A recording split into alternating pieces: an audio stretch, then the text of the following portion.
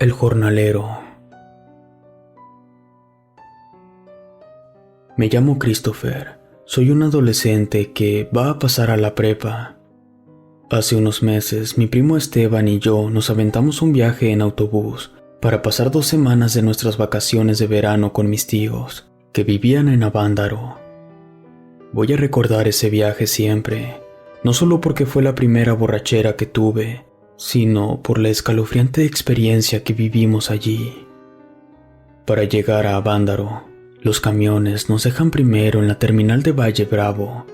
Después nos recibió mi primo Rolando, quien gustoso nos abrazó y nos llevó en taxi hacia una zona donde se encontraba un campo de golf. La casa de mis tíos se encontraba cerca de esa área, o al menos hasta donde sabíamos Esteban y yo. De repente, Rolando le pidió al taxista que nos dejara 2 cuadras más adelante de donde creíamos que nos íbamos a bajar. Extrañados, le preguntamos a mi primo mayor la razón por la que bajábamos más adelante. Vaya, no saben nada, ¿cierto? Ambos sacudimos la cabeza de un lado a otro. Antes de que nos explicara, Rolando pidió al taxista detenerse justo enfrente de una jardinera que estaba derrumbada en la parte de en medio, lo cual abría un camino que llevaba hacia el campo de golf. Nos bajamos con nuestro equipaje. Rolando pagó el taxi y nos hizo un ademán de que lo siguiéramos hasta la vereda. Y ahí comenzó a contarnos mi primo. Bueno, del año pasado para acá cambió muchísimo Avándaro. Ahí donde teníamos la casa, ¿no notaron que había otras más bonitas? Bueno, pues todas las familias que vivían ahí fueron desalojadas, incluida la mía. Esteban y yo nos quedamos boquiabiertos, ya que para nosotros era una experiencia muy agradable visitar a los tíos gracias a la casa que tenían. Su tono campirano la hacía inigualable. Estaba hecha totalmente de madera. Su cocina era de esas que aún usaban leña. Tenían chimenea para los días fríos. Incluso, gracias a que uno de mis primos sabía trabajar con vidrio, había un vitral hermoso que los rayos del sol bañaban y le daban un toque muy especial a la casa. Mientras cruzábamos el campo de golf, Rolando nos decía cómo fue el desalojo. Resulta que hace 2 años llegó un tal Román Aguilar, quien decía tener las escrituras de los terrenos de toda la manzana. Pocas familias sabían leer y escribir, por lo que fueron fáciles de engañar. Además, este hombre los amenazaba con meterlos a la cárcel a quien estuviera ahí cuando comenzara a construir. Sin embargo, hubo algunos, entre ellos mi tío, que tenían cierta idea respecto a lo que se debía de hacer para defender sus tierras, sobre todo con la ayuda de Rolando, que estudia Derecho en una universidad en Toluca. Esto hizo que la gente pidiera que el asunto se llevara a los tribunales de lo civil en Valle de Bravo. Para infortunio de mis tíos, el abogado que llevaba el caso se dejó sobornar, y gracias a eso se consumó el desalojo. Las familias decidieron resistir, pues no podían permitir que les despojaran sus tierras, que además de vivienda también les proporcionaba una fuente de trabajo y sustento, debido a que cultivaban ahí sus alimentos. En consecuencia, el enfrentamiento con la policía fue inevitable cuando se llevó a cabo el desalojo. Hubo varios muertos y encarcelados. Los que lograron huir juntaron un poco de dinero y pudieron hacerse de un terreno lo suficientemente grande para que pudieran asentarse algunas casas, al cual solo se podía acceder a través del camino que seguíamos. Este, a su vez, terminaba en el campo de golf, el cual debíamos de cruzar de un lado a otro para llegar a una espesura que estaba abierta en un punto. Desde ahí aparecía otro camino que subía a una pequeña colina. Ya llegamos. «Es ahí», dijo Rolando, mientras señalaba una pequeña cabaña a lo alto. Alrededor había unas cuantas más. En ellas me pareció reconocer un par de vecinos de mi tía. Tenían el semblante triste. Algunas mujeres cosechaban maíz en un plantío pequeño justo al lado de la cabaña señalada. El panorama, a pesar de estar rodeado de un hermoso bosque, era deprimente. Mi impresión se reafirmó cuando llegamos a la puerta y mi tía Elvira nos recibió al borde de lágrimas. Nos dijo que lamentaba no recibirnos de la forma que estábamos acostumbrados, pero que se puso de acuerdo con algunos de sus otros hijos para que pasáramos unas vacaciones decentes. Los siguientes días nos pasamos de casa en casa jugando en trampolines, nadando en albercas, jugando fútbol en jardines enormes y practicando boxeo. El segundo miércoles de nuestras vacaciones, Esteban y yo probamos por primera vez la cerveza. Esa vez, mis primos mayores organizaron una parrillada sin que sus patrones se enteraran. Irónicamente, esta casa estaba muy cerca de donde tenía la suya mi tía antes del desalojo. Trajeron una hielera llena de cervezas, de las cuales mis primos nos dieron una a cada uno. Mi inexperiencia me hizo beberla como si fuera un refresco, así que, como decimos aquí, se me subió muy rápido. Después de un tiempo comencé a sentirme mal. Esteban no estaba tan mareado como yo, y ya que se había terminado su cerveza, se percató de mi estado y se ofreció a acompañarme de regreso a la casa de mi tía. Como mis primos querían seguir la fiesta, aceptaron que nos fuéramos solos. Total, para ellos no corríamos ningún peligro real debido a que la casa estaba muy cerca. No estoy seguro de la hora, pero recuerdo que el sol estaba por meterse y el campo de golf estaba a unos 20 minutos de distancia. A medio camino, casi llegando a la vereda que daba al campo de golf, el sol se terminó de ocultar. Ya en el campo, los árboles proyectaban una extraña sombra debido a los últimos rayos del sol.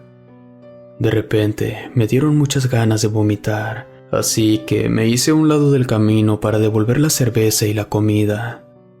Debido a esto, nuestro andar fue algo lento.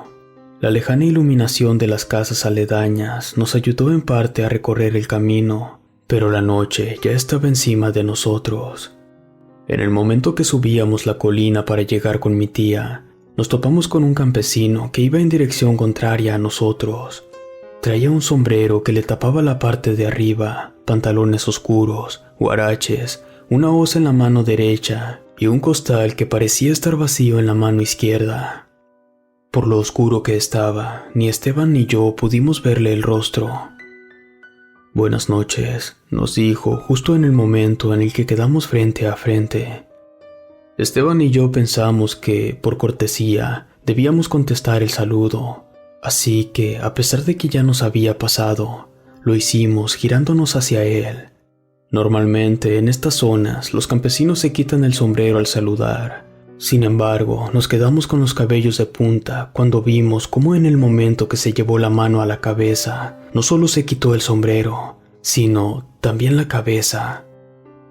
Esteban y yo no hacíamos más que mirar cómo la aparición se volvió a poner la cabeza. Se giró y dio 2 golpes con su hoz a la maleza, después desapareció entre los árboles. Esteban y yo corrimos directo a la cabaña de mi tía. No sé cómo le hicimos, pero corrimos en línea recta. Incluso sentí que los efectos de la cerveza se habían esfumado. En el momento que cruzamos la puerta a la cabaña, vimos a mis tíos y les platicamos lo sucedido.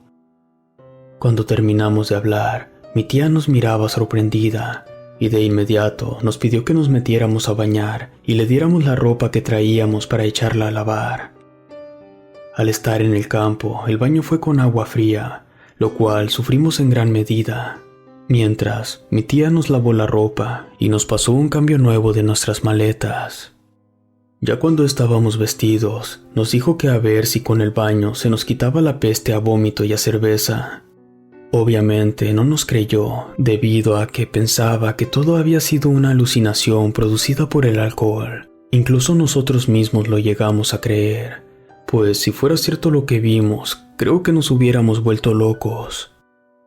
Al día siguiente, a eso de las 6 de la mañana, mi tío Víctor nos llevó a un monte cercano a buscar setas, pues mi tía nos dijo que ese sería nuestro castigo por irnos a tomar sin permiso. Como pudimos, cortábamos maleza para ver si encontrábamos algo, aunque no hubo mucha suerte. Yo aún tenía algo de malestar por la noche anterior, así que me movía con mucha lentitud. Esteban apenas lo hacía mejor que yo, pero tampoco podía ocultar su malestar. A eso de las 9:30 llegamos a la cabaña y mi tía y Rolando estaban desayunando. Cuando nos vio, se levantó de su asiento muy gustoso de vernos.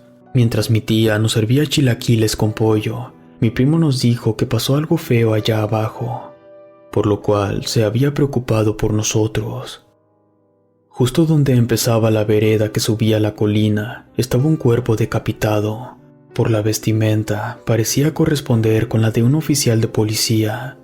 Gracias a que en Avándaro todos se conocen, fue fácil saber quién era. Se trataba del comandante que coordinó el operativo del desalojo.